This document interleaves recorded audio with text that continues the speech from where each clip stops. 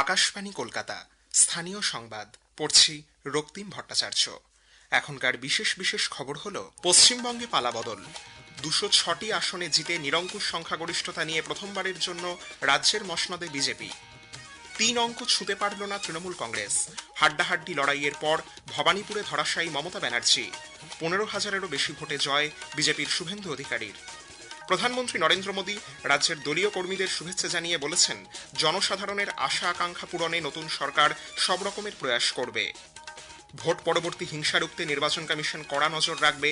আরও 6 মাস রাজ্যে থাকবে কেন্দ্রীয় বাহিনী, জানালেন মুখ্য নির্বাচনী আধিকারিক মনোজ কুমার আগরওয়াল। আইএসএল ফুটবলে আজ ইস্টবেঙ্গল মুম্বাই সিটি এফসির মুখোমুখি হবে। আসছি বিস্তারিত সংবাদে। পশ্চিমবঙ্গে পালাবদল, বিধানসভা নির্বাচনে নিরঙ্কুশ সংখ্যাগরিষ্ঠতা নিয়ে প্রথমবারের জন্য রাজ্যের ক্ষমতায় আসছে বিজেপি। টানা 15 বছর ক্ষমতায় থাকার পর তৃণমূল কংগ্রেসের এই পরাজয় রাজ্য রাজনীতি এক নতুন মোড় নেবে বলে মনে করছে সংশ্লিষ্ট মহল। রাজ্য বিধানসভার 294টি আসনের মধ্যে 292টি আসনেরই ভোট গণনা শেষ হয়েছে। আগেই জানানো হয়েছে, নির্বাচন কমিশনের নির্দেশে দক্ষিণ 24 পরগনার ফলতা বিধানসভায় পুনর্নির্বাচন হবে আগামী 21শে মে। ওই আসনে ভোট গণনা 24শে মে। এদিকে 293টি আসনে গতকাল সকাল 8টায় শুরু হয়ে বেশ রাত অবধি চলে গণনা। সর্বশেষ পরিসংখ্যান অনুযায়ী 206টি আসনে জয়লাভ করেছে বিজেপি। 80টি আসনে জিতেছে তৃণমূল কংগ্রেস, একটি আসনে এখনও এগিয়ে রয়েছে তারা। কংগ্রেস ও আম জনতা উন্নয়ন পার্টি 2টি করে আসনে জিতেছে, একটি করে আসনে জয় পেয়েছে সিপিআইএম এবং আইএসএফ। কলকাতার সবচেয়ে নজরকাড়া কেন্দ্র ভবানীপুরে তৃণমূল কংগ্রেস প্রধান তথা রাজ্যের বিজয়ী মুখ্যমন্ত্রী মমতা ব্যানার্জিকে জোরদার লড়াইয়ের পর হারিয়ে জয়ী হয়েছেন বিজেপি প্রার্থী শুভেন্দু অধিকারী। 15,114 ভোটে জয়লাভ করেন তিনি। জয়ের শংসাপত্র হাতে পেয়ে শুভেন্দু একে মানুষের জয় হিসেবে অভিহিত করেন। ধন্যবাদ জানাবো বিশ্বের লোকপ্রিয় নেতা নরেন্দ্র মোদীজিকে, আর কৃতজ্ঞতা জানাবো আমার নেতা কেন্দ্রীয় স্বরাষ্ট্রমন্ত্রী অমিত শাহকে। তিনি আমাকে কেন্দ্র ছাড়াতে নির্দেশ দিয়েছিলেন। আমার এই জয় 300 বিজেপি কর্মী যাদের রক্ত বলিদানে আজকে বাংলায় পরিবর্তন, তাদের প্রতি উৎসর্গ করলাম। অন্যদিকে এই ফলাফলকে অনৈতিক বলে দাবি করেছেন তৃণমূল কংগ্রেস নেত্রী মমতা ব্যানার্জি।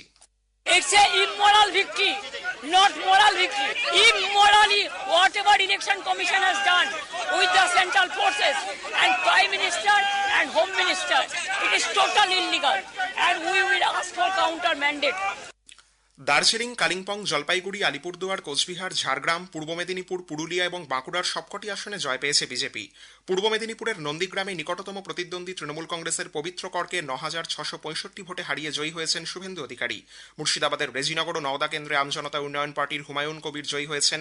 ফারাক্কা ও রানীনগরে জয়ী হয়েছেন কংগ্রেস প্রার্থীরা। মুর্শিদাবাদের ডোমকল কেন্দ্রে জয়ী হয়েছেন সিপিআইএম প্রার্থী মুস্তাফিজুর রহমান।